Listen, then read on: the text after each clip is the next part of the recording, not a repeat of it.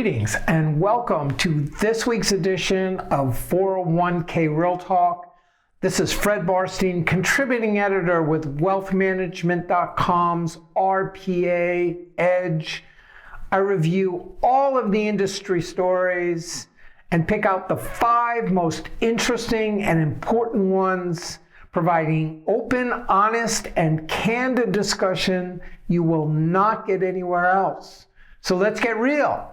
First story, in a stunning move, Vanguard announced a partnership with American Express to offer their cardholders access to financial advice and a service called Invest.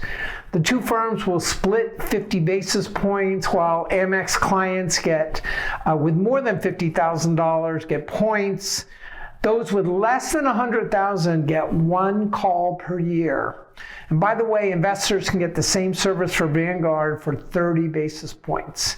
Vanguard is the largest virtual advisor with $268 billion, who, like Schwab, the second largest, have been cannibalizing their own client base.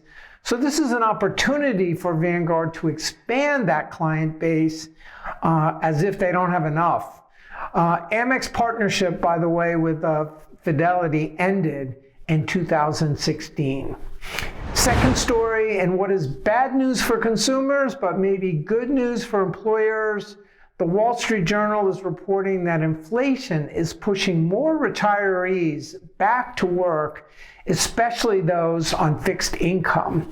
480,000 retirees re-entered the workplace in the past 6 months, while at the same time, 2.6 million retired earlier than expected between February of 2020 and October of 2021.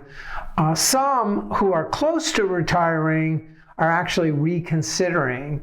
This could ease the pain in the war for talent, as employers are offering more flexible schedules and remote options as we enter the beginning of the end of the pandemic. Third story is, while there is wide industry concern about cryptocurrency and DC plans, 11 financial trade groups in a letter to the DOL voiced concerns about their process. The groups signing on to the letter included the IRI, SIFMA, ICI, and the U.S. Chamber of Commerce. Citing a lack of robust notice and comment process, the groups were concerned that the DOL's guidance imposes new obligations on plan sponsors, raising questions about the role of the DOL. And will the lack of crypto turn off some younger participants?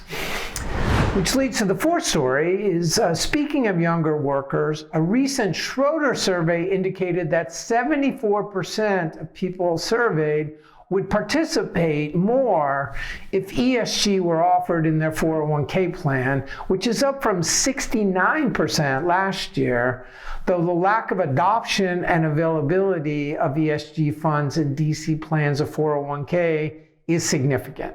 Less than 5% of plans offer an ESG investment, which now amounts to a whopping 0.03% of assets.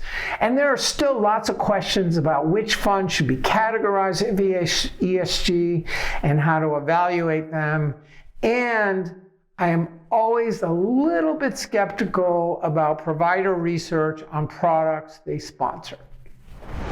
And then the final story is, with record keeper consolidation rampant and not expected to stop anytime soon, the law firm of Rowland Chris outlines the fiduciary responsibility of plan sponsors whose record keeper has been acquired.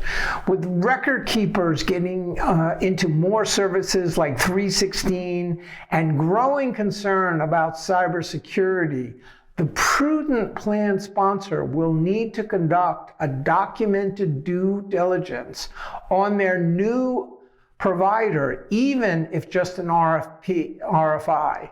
Just accepting the acquiring firm as the new provider is unacceptable, according to these lawyers. So those are the 5 most important and interesting stories from the past week.